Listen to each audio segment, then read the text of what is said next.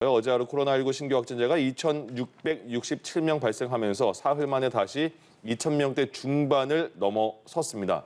단계적 일상 회복 이후에 확진자가 더 늘어날 거다라는 전망이 나오고 있죠. 이런 가운데 최근에 일주일간 10대와 60대 위주로 뚜렷한 증가세를 보이고 있습니다. 한편 서울 신규 확진의 절반이 돌파 감염자들로 돌파 감염이 일상 회복의 변수로 떠올랐는데요. 관련 내용들 이형민 세브란스 병원 진단검사의학과 교수와 함께 짚어보도록 하겠습니다. 어서 오십시오. 어서 오십시오. 네. 예, 단계적 일상 회복은 이제 시작이 됐고요. 그러면 확진자가 더 늘어날 것이다. 외국도 그랬다. 근데 2,667명 어제 이런 상황이거든요.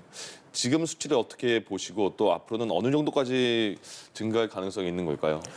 일단 지금 숫자에 대한 분석을 저희가 좀 해봐야 될 것 같은데요. 네. 어제 이제 2,667명의 신규 확진자가 나왔는데 국내에서만 2,640명이 나왔고 그 중에서 지금 많은 부분을 차지하고 있는 게 서울, 경기 지역이거든요. 서울이 997명, 경기도가 895명 확진자가 지금 나와서 전체 확진자의 거의 78.5% 정도가 수도권에서 나왔습니다. 그러면서 이 숫자는 지금 어느 정도냐 하면은 저희가 코로나19 확진자가 추석 연휴 이후로 급증했다가 다시 이제 그 다음부터는 사실은 9월 말부터 10월 중순까지 계속 감소했거든요. 그래서 지금 동일한 그 매주 화요일 날 환자 발생으로 놓고 봐도 10월 19일이 전체 확진자 1,566명에 서울이 504명, 경기도 588명 정도였는데 지금 서울은 거의 거기에 지금 2배 정도까지 지금 증가를 한 상황입니다. 그래서 지금 생각보다도 코로나19 확진자의 증가 폭이 좀 이번 주에 많이 올라간 상황이기 때문에 좀 주의가 많이 필요한 거라고 생각이 되고요. 그러면 이제 이게 어디까지 올라갈 것이냐가 지금 문제일 것 같은데 이런 증가폭이라면은 지금 거의 뭐 이번 주나 다음 주 정도 되면 3,000명을 다시 넘을 수도 있는 상황으로 생각이 되고 그다음에 최고 어디까지 갈 수 있느냐는 지금 전문가들은 5,000명에서 10,000명 정도를 지금 예상을 하고 있는데요. 근데 거기에는 한계는 없을 것 같습니다. 왜냐하면은 다른 나라의 데이터를 봤을 때 특히 이제 미국 같은 데 데이터를 보면은 미국은 뭐 아시는 것처럼 주별로 정치 성향이 다르고 그러다 보니까 코로나19 예방 접종률도 다르고 발생률도 좀 다르거든요. 근데 미국의 경우에 있어서 코로나19 예방 접종률이 80% 정도를 기록했던 상위 한 5개 정도 주의 코로나19 발생률을 비교 분석한 적이 있었는데 이게 예방 접종률이 80%로 엇비슷한데도 불구하고 주에 따라서 코로나19 확진자 발생이 단위 인구 10만 명당 거의 40명에서 400명 정도까지 10배 정도까지 차이가 났거든요. 그래서 이게 예방접종률이 높다고 하더라도 사회적 거리 두기를 얼만큼 어떤 속도로 완화하느냐에 따라서 발생 속도가 달라지기도 합니다. 그리고 이런 것들이 뭐 싱가포르나 또는 다른 나라의 국가의 데이터에서 지금 확인이 되기 때문에 뭐 이 지금 증가 속도대로라면은 당연히 뭐 5,000명 정도까지는 금방 올라갈 것 같고 그 이후로 어디까지 올라갈지는 우리가 이 사회적 거리 두기 완화, 즉 단계적 일상 회복 속도를 어느 정도로 가느냐에 따라서 좀 많이 달라질 것 같습니다. 지금 이렇게 근데 2,000명 중반대까지 확 오른 게 지난 11월 1일 전에 2주 동안 좀 완화 단계가 있었잖아요. 그리고 헬로윈데이도 있었고 그 영향도 좀 있었을까요? 당연히 있었을 거라고 생각을 하고요. 왜냐하면은 저희가 이제 지금 이 상황이 작년에 어떻게 보면 3차 대유행 때 상황이랑도 겹쳐 보이게 되는데요. 작년에 3차 대유행이 시작한 11월 초였거든요. 근데 그때 이제 11월 초에 3차 대유행이 시작됐던 이유도 저희가 이제 8월 서울 도심 집회를 어느 정도 이제 잘 정리를 하고 그 한 중간 정도, 절반 정도까지 이제 확진자 증가폭을 감소시킨 상황에서 사회적 거리 두기를 굉장히 그 당시에 많이 완화를 했습니다. 그게 결국 3차 대유행으로 연결됐던 건데 지금도 그때 근데 3차 대유행에 또 3차 대유행이 일어났던 원인은 그런 것들 외에 또 한 가지가 이제 계절적 요인도 있었거든요. 근데 지금 이 코로나19 확진자 수의 증가는 작년하고는 다르게 예방접종률이 굉장히 높은 상황도 있지만 말씀드렸던 것처럼 지난 2주 사이에 분명히 사회적 거리두기 완화에 대한 기대감이 개인 방역이나 이런 부분들을 굉장히 많이 완화시켰고 약하게 만들었고 또 한 가지는 이제 계절적 요인도 지금 이제 나타날 때가 됐거든요. 그래서 이런 것들이 겹쳐지다 보니까 지금 증가폭이 좀 두드러지게 나타나는 게 아닌가 싶습니다. 일상 회복을 하는 데 있어서 방역의 완화 속도가 중요하다라고 하고 또 그래서 이제 우리나라도 단계적으로 진행이 될 텐데 일단 지금 보니까 감염 재생산 지수가 다시 1을 넘었잖아요. 지금의 속도는 좀 괜찮다고 보십니까? 저는 좀 빠르다고 봅니다. 빠르다고 보는데 특히 이제 빠르다고 보는 측면에서 뭐 인원에 대한 제한도 있지만 또 영업 시간에 대한 제한 같은 것도 있을 것 같은데요. 예. 저희가 사실 영업 시간 제한이 생각외로 큰 효과를 하는 부분들이 좀 있었거든요. 근데 이제 이게 물론 이제 일부 업장에 대해서는 하지만 밤샘 영업이 가능해지면서 사실은 모임에 대한 제한 자체가 거의 없어진 거나 마찬가지인 상황을 지금 불러일으켰거든요. 이게 예. 특히 이제 모임 같은 게 많아지고 이렇게 되면은 늦게까지 이루어지고 하면은 아무래도 사람들도 조심성이 떨어질 수밖에는 없고 계속적으로 노출이 반복해서 여러 곳을 통해 이루어질 수밖에 없는 환경들을 만들게 되거든요. 네. 그래서 그런 것들을 고려했을 때 분명히 저는 지금의 방역 완화 속도는 조금 빠르다고 생각을 합니다. 근데 이제 이거를 다시 되돌리기는 사실 근데 쉽지 않은 상황이라 지금 당분간은 좀 확진세를 보면서 추후의 속도를 어떻게 조정할지에 대한 것들을 저희가 조금 더 아마 살펴봐야 될 것 같고요. 그 사이에 우리가 이제 필요한 조치들은 우리가 이제 예방 접종에 대해서는 어느 정도 완성이 됐다고 하지만 아직까지 그래도 안 맞은 분들이 꽤 있기 때문에 그분들에 대해서는 앞으로 어떻게 더 예방 접종을 추가적으로 접종할지, 그다음에 고위험군에 대한 부스터샷, 지금 돌파 감염이나 이런 것들도 꽤 많이 일어나고 있기 때문에 예. 이런 분들에 대한 부스터샷은 어떻게 접종할지에 대한 거, 그다음에 지금 현재 이 거리두기 그 단계적 일상 회복에서 중요한 것들이 이제 백신 패스나 이제 이런 부분들인데 그런 부분들에 대한 지금 제도나 이런 것들도 아직 완벽하게 돼 있지가 않거든요. 그래서 그런 것들을 어떻게 짧은 시간 안에 잘 정비해 갖고 효과적으로 작동할 수 있도록 만들 것인지 이런 것들을 지금 빨리 서둘러서 진행을 해야 될 것 같습니다. 예. 야구장에 지금 이제 백신 지금은 맞은 분들만 들어갈 수 있잖아요. 2주 지나고 이제 KBO도 그렇게 방침을 정한 것 같고요. 거기서 이제 치맥을 먹는 모습 보도 많이 됐습니다. 그래서 함성도 많이 들리고 그래서 이제 야구장도 거의 일상으로 돌아왔구나 싶었는데 하나 몰랐던 게 함성은 지르면 안 되는 거였나요? 예, 이제 여러 가지 이제 방역 수칙들이 있다 보니까 근데 뭐 야구장에 가시는 게 뭐 치맥을 먹기 위해서 가시는 분도 있고 야구를 보기 위해서 가시는 분도 있고 예. 함성을 통해 스트레스 해소하시기 위해서 가시는 분도 있을 텐데요. 네. 예, 그게 그렇게 된 이유가 저희가 이제 코로나19와 관련돼서 제일 잘 알아야 되는 게 코로나19 확산에 제일 가장 큰 영향을 미치는 건 사실 비말의 네. 확산이거든요. 근데 이 비말이라고 부르는 이 조그만 미세한 침방울은 말을 할 때도 나오고 그다음에 기침이나 재채기를 할 때도 나오고 노래를 부를 때도 나오거든요. 특히 예.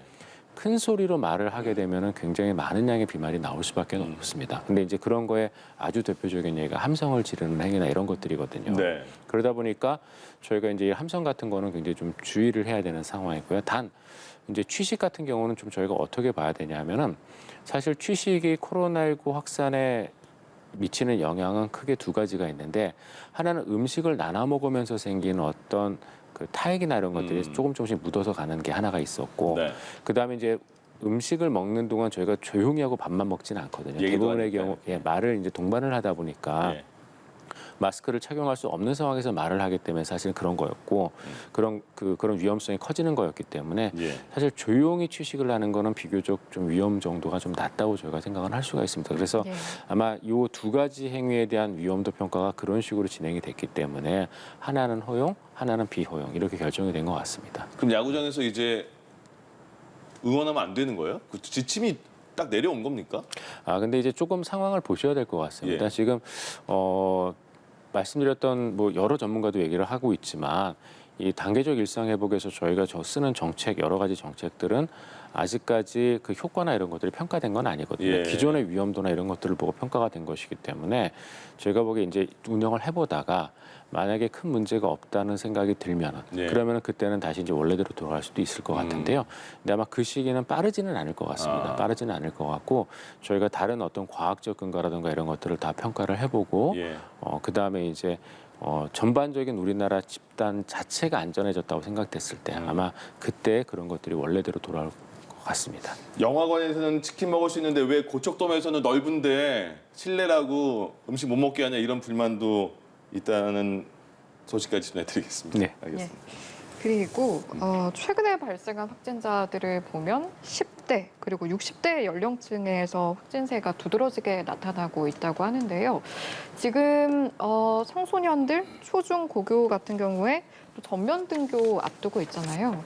어떤 부분들 방역에 있어서 좀 더 힘써주는 게 중요할까요? 일단 발생 정도를 보시면 10대에서의 발생이 진짜 많이 되는 건 맞습니다. 어느 예. 정도냐면은 저희가 환자 발생으로 놓고 봤을 때 10월 25일에서 10월 30일까지 다 일주일 정도 차이인데도 불구하고 10월 55일 날 10대 확진자 숫자가 201명이었는데 10월 30일 날 465명까지 거의 2.5배 가깝게 늘었습니다. 네. 그다음에 이제 또 그 10대가 차지하는 전체 확진자 안에서의 비율도 9월 5주에 16.6%였던 게 10월 4주에는 27.3%까지 늘었거든요. 그래서 지금 10대 확진자가 많이 늘고 있는데 그게 이제 말씀 주셨던 것처럼 이제 학교가 어느 정도 정상화되고 등교가 늘어나고 이런 것들과 지금 맞물려 있습니다. 그래서 이런 것들에 대한 조금 주의가 필요는 한 상황인데 예.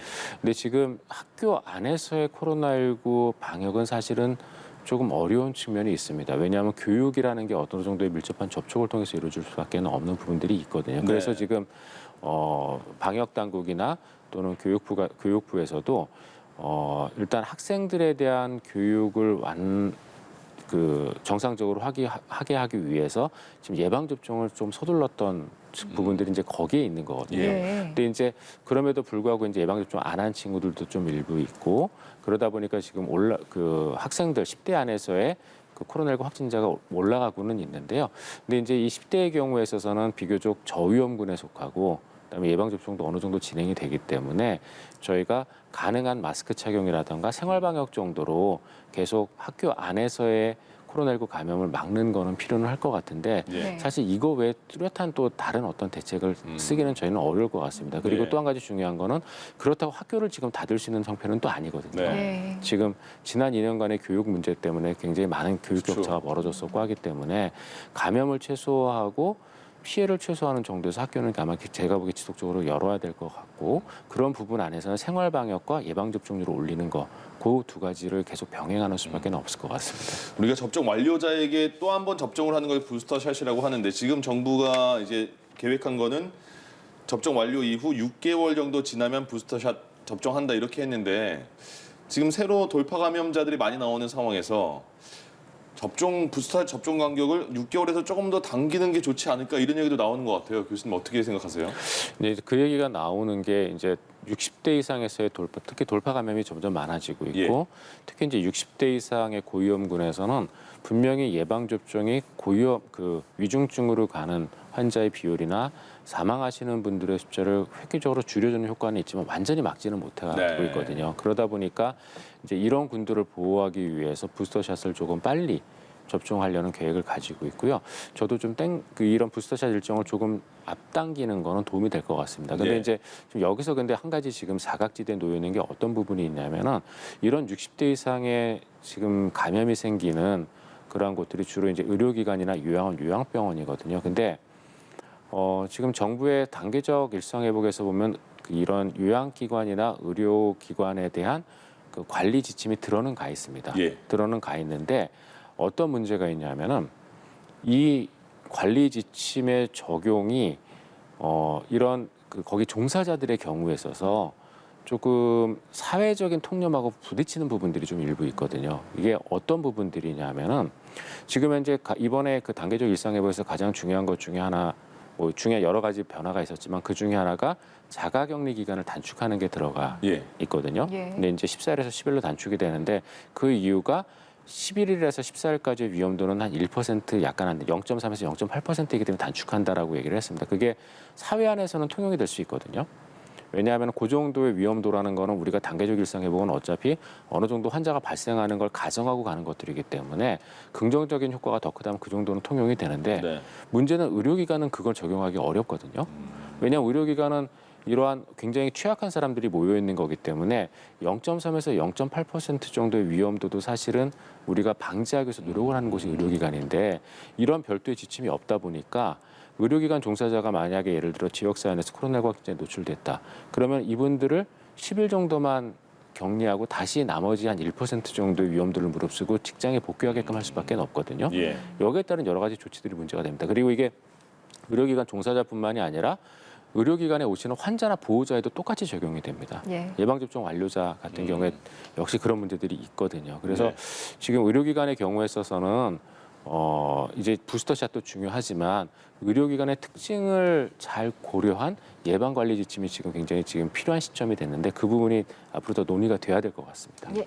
여기까지 듣겠습니다. 지금까지 이영민 세브란스 병원 진단검사의학과 교수와 이 시간 함께했습니다. 고맙습니다. 고맙습니다.